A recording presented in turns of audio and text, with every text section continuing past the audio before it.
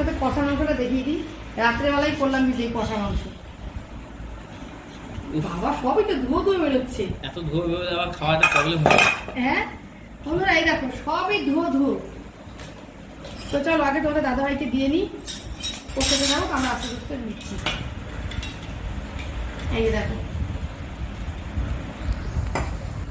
রাতের বেলা কষা মাংস আর তার সাথে একটা লেগ দেবো নাকি? না না না না না এর মধ্যে কি তরকারি দেবে নাকি?